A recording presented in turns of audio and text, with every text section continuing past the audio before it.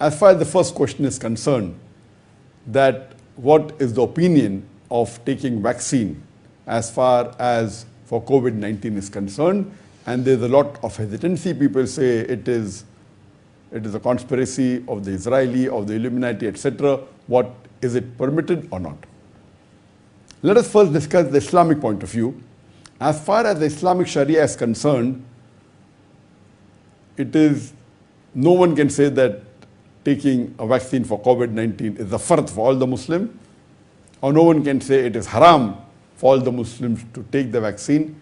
According to me, the Islamic ruling on taking vaccine as far as COVID-19 is concerned, it is mubah, it is permissible. And there are various fatwas given by various councils of Islamic countries in different parts of the world, the Islamic Council of Kuwait, Islamic Committee even of Malaysia, and various countries. They have given the fatwa it is permissible for a Muslim to take vaccination for COVID-19. There may be cases for some group of Muslims where fatwas are given that it is preferable they take, or some have said it is compulsory, depending upon the situation. It is subjective on the situation. But regarding generally for all the Muslims to take or not, why is it only permissible? Can anyone say it is fard? The reason is because as far as science is concerned, yet there is a lot to be researched regarding the COVID-19 disease is concerned. There are many gray areas due to which it is not a blanket that whatever science advanced and what do they say is correct. There are various things to be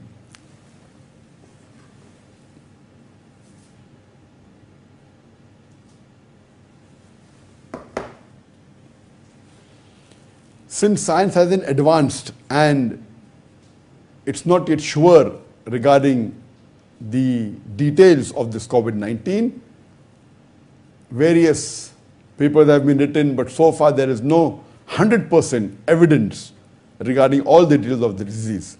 Based on that, even the vaccination that has been released now, in hardly 1 year after the existence of this COVID-19, normally for vaccination, there has to be testing done, there have to be safety precautions taken, where it normally takes few years, minimum 3 to 4 to 5 years to produce a vaccine.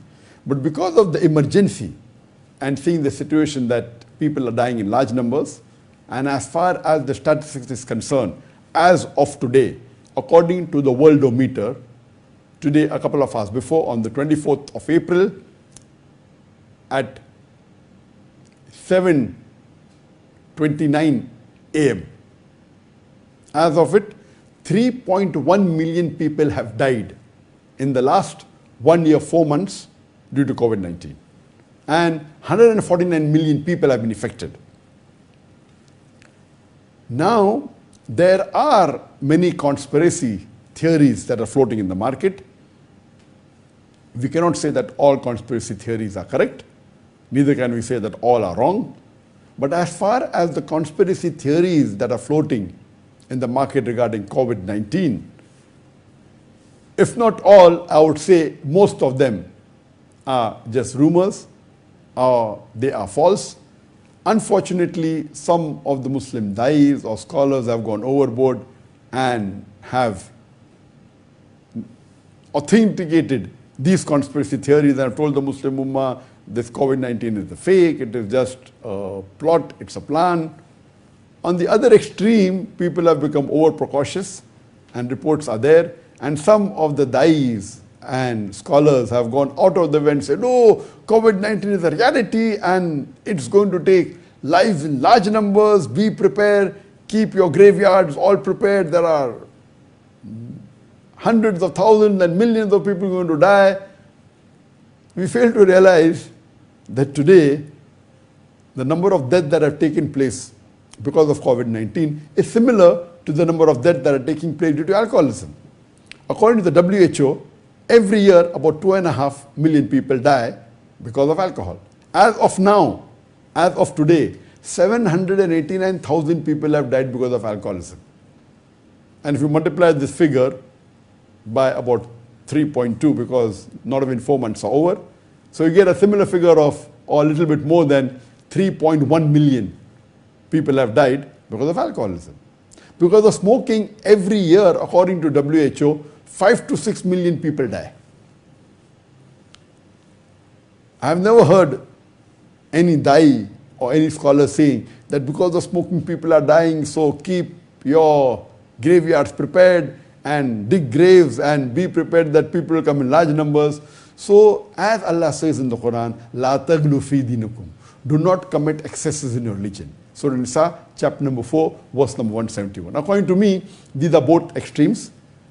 Yes, we have to take precautions. We have to listen to the experts. But because science hasn't advanced to know all the details about COVID-19, I wouldn't say that it's a conspiracy. But there are possibilities that certain people may take advantage of certain situation. There may be a situation where people are talking about conspiracy, that the pharmaceutical companies have started this COVID-19 so that they can make a profit. I don't think so it is true. Yes, there can be a situation where the pharmaceutical companies may take advantage that COVID-19 has taken place and they can make money. That's a different situation. But to say that they planted, it is letting your imagination run too wild. So as far as the conspiracy theories are concerned, most of them, according to me, are wrong, but there may be certain parts which may be true, which are to take with a pinch of salt. But as far as science has advanced today, I being a medical doctor, we cannot say for sure regarding everything of COVID-19, but seeing the pros and cons, that now the vaccine has been launched in most parts of the world, what should a Muslim do? Seeing the situation today that COVID-19 has already taken 3.1 million human lives, which is a large number. What are the drawbacks of taking a vaccine? There can be a reaction, yes. There can be certain negative factors. Seeing the pros and cons, if you weigh with whatever information we have today, but natural, taking a vaccine is much preferable than not taking. The benefits of taking far outweighs the losses of not taking. So according to me, I would say taking the vaccine is preferable. And if you fall under the category of those people who are more at risk because of COVID-19, if your age is more than 60, if you're prone to certain diseases, etc., all the more reason, according to me, you should take the vaccine, because if you take the vaccine, the chances of survival will be much more than not taking. So I, being a medical doctor and having the rulings and having the knowledge of the basics of the fiqh, I would say that don't listen to rumors. Taking is preferable, but it's not a fard for every Muslim. Yes, if you fall in the category where you are more prone, if you are more than 60 years old and you're more prone for diseases, I would say it is all the more reason it is more preferable that you take the vaccine than not take. But for general Muslims, I would say taking is more beneficial than not taking. But if someone doesn't take, it's not haram. No one can say it is haram to take. No one can say it is fard to take. Yes, there are reports where you find in the media that people started saying, the vaccines are made from stem cells and it's haram to have it because they abort fetuses for the stem cells. Having vaccines which contain stem cells is permitted according to the Islamic Sharia. Yes, if it is obtained from haram means, by forceful abortion, that is haram. But if there is no evidence for it, we as Muslims should take it for granted it is obtained from lawful means. So if a vaccine contains stem cells, according to several Islamic councils and medical councils, they have certified that vaccines containing stem cells are halal for Muslims to have. There are rumors that the COVID-19 contains portions of pig, khanzir, etc. These again are rumors. I don't know of any authentic source which has said that the vaccine contains portions of pig. But there are Islamic councils and fiqh councils who have permitted vaccines for swine flu. And even according to the Quran, there are no less than 4 different places where Allah says in the Quran, in Surah Baqarah chapter number 2 verse number 173, in Surah Ma'idah chapter number 5 verse number 3, in Surah Anam chapter number 6 verse number 145, and Surah Nahl chapter number 16 verse number 115, Allah says, Hurrimat alaykumul maytutu waddamu walahmul khinzir wama uhilla li ghayrillah bih. Forbidden for you for food are dead meat, blood, the flesh of swine, and any food on which any name besides Allah's name is taken. After this, after mentioning the forbidden foods, Allah continues and says that if someone out of hunger or out of compulsion is forced to have, then Allah is Ghafurur Rahim. Allah is most forgiving and merciful. So here we come to know that if under compulsion, suppose you go out in a sea and there's no food and the boat that where you are has only pork and you're dying of hunger, then for that moment, for you to survive, pork becomes permissible.